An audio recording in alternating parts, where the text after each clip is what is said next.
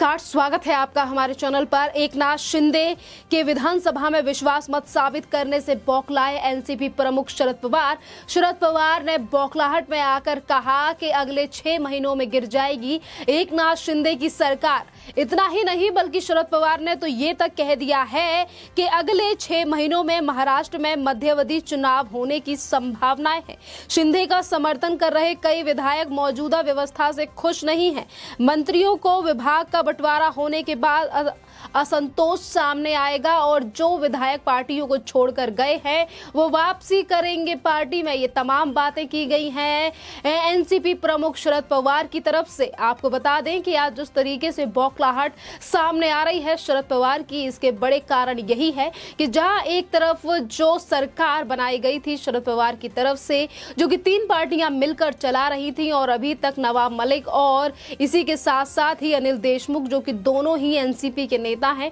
दोनों ही अभी जेलों की सलाखों के पीछे हैं और अभी तक वो नेता बाहर भी नहीं आए हैं। और इतने में ही चली गई एमवीए की सरकार। और आज अगर फ्लोर टेस्ट की बात करें तो फ्लोर टेस्ट में भी एकनाथ शिंदे सरकार ने बड़े आंकड़े के साथ बहुमत को जीता है। बहुमत से भी ज्यादा सीटें मिली हैं। आज जो आंकड़ा पार किया है 164 का, और यही बड़ा झटका है जहां एमवीए की समर्थित पार्टियां रही एनसीपी, कांग्रेस और शिवसेना के लिए। और यही बड़ा कारण है कि जिसको लेकर आज शरद पवार कर रहे हैं इस तरीके की बात और कह रहे हैं कि अगले 6 महीनों में गिर जाएगी ये सरकार। और आपको ये भी बता दें कि जहां एक तरफ ये तमाम बातें की गई हैं शरद पवार की तरफ से और इन्हीं बातों का समर्थन करते हुए नजर आए हैं उद्धव ठाकरे के गुट के नेता यानी कि संजय राउत। संजय राउत ने इन तमाम बातों का समर्थन किया है जो की बातें कही गई हैं शरद पवार की तरफ से। संजय राउत ने कहा कि वे शरद पवार के बयान से सहमत हैं। उन्होंने आगे कहा कि बीजेपी को इतना विश्वास होता कि सरकार चलेगी तो सीएम बीजेपी का होता जिसके पास ज्यादा सीटें हैं, ऐसे में वो शिंदे को सीएम नहीं बनाते। राउत ने कहा कि लोगों के मन में सवाल है कि जो हमारा एग्रीमेंट था अगर वो मान लेते, तो उन्होंने कहा कि हम अब आपको हम इसीलिए सीएम पद दे रहे हैं क्योंकि आप शिवसेना को खत्म करना चाहते हैं। अब उनको सीएम बनाया है जो शिवसेना से बागी हुआ है। संजय राउत ने नसीहत देते हुए कहा कि शिवसेना तैयार है और तैयार रहेगी। उन्होंने कहा कि पीएम मोदी को लोकतंत्र की चिंता रहती है, क्या महाराष्ट्र में लोकतंत्र बचा है? लोग आने वाले समय में उनसे सवाल करेंगे।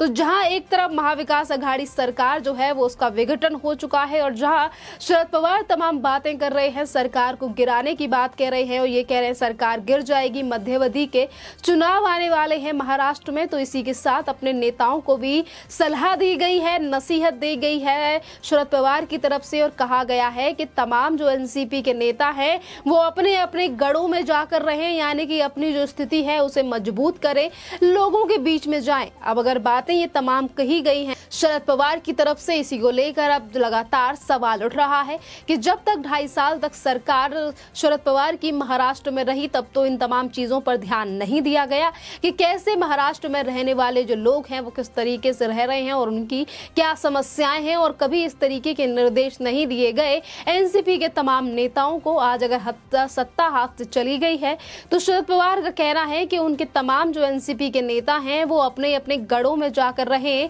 और अपनी स्थिति को मजबूत करें क्योंकि महाराष्ट्र में मध्यावधि के चुनाव आने वाले हैं। इसी को लेकर तमाम लोगों का कहना है कि आज जो 2.5 साल के लिए सरकार बनी है एकनाथ शिंदे गुट और भारतीय जनता पार्टी की, ये जनता के हित में काम करेगी और फिर से अगर चुनाव होते भी हैं 2.5 साल बाद तो फिर से एक बार यही सरकार चुनकर सत्ता में आएगी, क्योंकि एकनाथ शिंदे हो या देवेंद्र फडणवीस वो हिंदुत्व की बात करते हैं, एमवीए सरकार की तरह नहीं। इसी के साथ हम आपको ये भी बता दें कि जहां लगातार ये बातें की जा रही हैं सरकार को तोड़ने को लेकर, और आज जो शरद पवार ने बड़े दावे किए हैं और जो कहा है कि सरकार गिर जाएगी, इससे पहले जब फ्लोर टेस्ट नहीं हुआ था और बागी विधायकों ने बगावत की थी और तब भी कहा गया था शरद पवार की तरफ से कि हमारे जो संपर्क में है वो एकनाथ शिंदे गुट में से काफी नेता हैं, अगर फ्लोर टेस्ट महाराष्ट्र में हुआ तो एमवीए सरकार जीतेगी फ्लोर टेस्ट और एमवीए के भाग्य का जो फैसला है वो गुवाहाटी नहीं बल्कि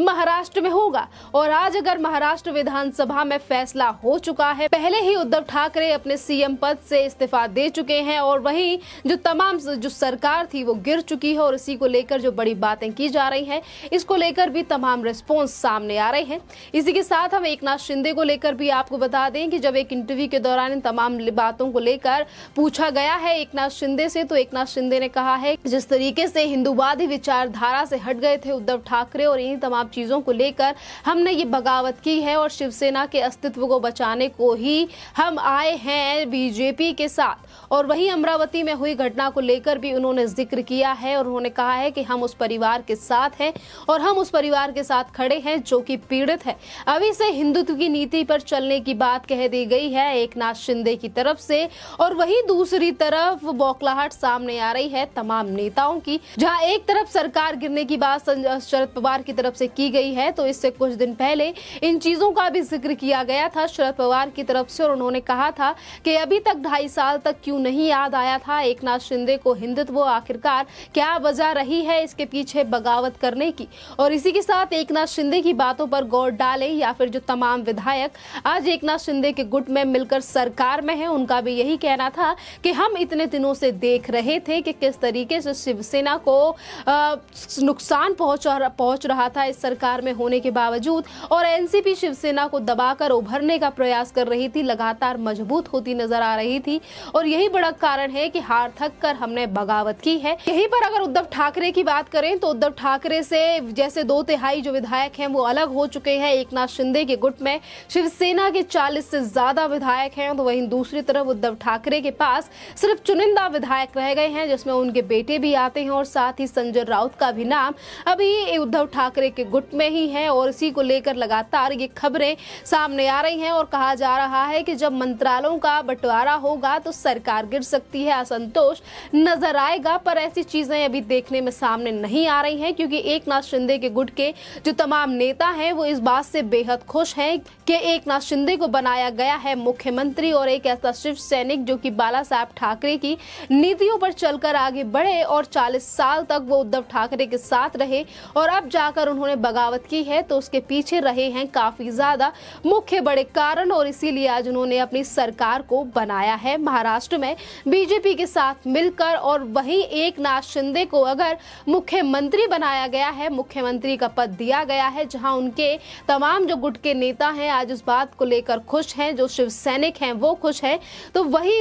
इसी बात को लेकर बौखलाहट सामने पहले भी आ चुकी है उद्धव ठाकरे और वही इन सब चीजों को लेकर अलग अलग तकाजे लगाए जा रहे हैं संजय राउत की तरफ से। कभी संजय राउत ये कहते हैं कि जिन्हें बनाया गया है मुख्यमंत्री वो शिवसेना के नहीं है, तो कभी ये कहा जाता है कि शिवसेना के बागी विधायक को ही क्यों बीजेपी ने बनाया है मुख्यमंत्री। तो वहीं दूसरी तरफ इस मुख्यमंत्री पद जैसे ही एकनाथ शिंदे के हाथ में आया है, आज वो महाराष्ट्र के मुख्यमंत्री हैं, तो इसी को लेकर उद्धव ठाकरे ने भी कर दिया था अभी कुछ दिन पहले ऐलान कि एकनाथ शिंदे को शिवसेना से निकाला जाता है। तो वही शिवसेना को लेकर एकनाथ शिंदे ने ठोका बड़ा दावा और वो पहले से ही इस बात का जिक्र कर रहे हैं कि हमारे पास हैं ज्यादा विधायक और हम शिवसेना को बचाने के लिए ही हमने ये कदम उठाया है और शिवसेना हमारी ही है। आज ना ही तो उद्धव ठाकरे के हाथ में विधायक रहे हैं और जिस तरीके से चीजें हमें देखने के लिए मिल रही हैं ये दर्शाती हैं कि अब उद्धव ठाकरे के हाथ से शिवसेना भी निकलने वाली है, क्योंकि इस समय पर तो शिवसेना के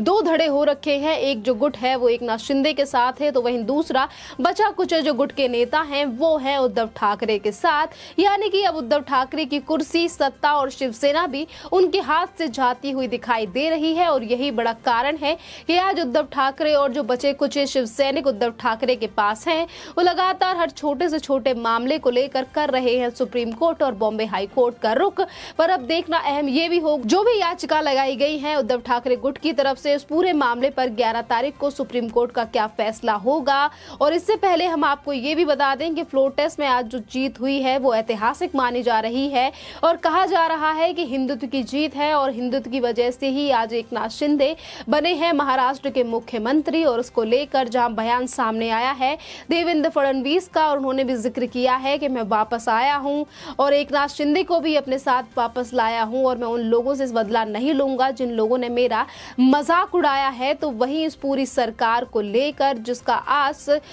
पूरी तरीके से अब आगमन हो चुका है महाराष्ट्र में, क्योंकि जिस दिन देवेंद्र फडणवीस ने शपथ ली थी एज अ डिप्टी सीएम और वैसे और एकनाथ शिंदे ने शपथ ली थी महाराष्ट्र के मुख्यमंत्री के रूप में, तब से सवाल उठाया जा रहा था कि सरकार नहीं टिकने वाली है, बहुमत नहीं साबित कर पाएंगे एकनाथ शिंदे और देवेंद्र फडणवीस। पर आज बहुमत के आंकड़े से भी ज्यादा वोट मिले हैं एकनाथ शिंदे और फडणवीस की इस जोड़ी को, जिसको देवेंद्र फडणवीस ने ये तक कह दिया कि हमारी जो जोड़ी है, हमारी जो सरकार है, वो ईडी की सरकार है। ई मतलब एकनाथ शिंदे और डी मतलब देवेंद्र फडणवीस। खैर, इस मुद्दे पर आपका क्या कहना है, आप हमें कमेंट करके जरूर बताइए। धन्यवाद।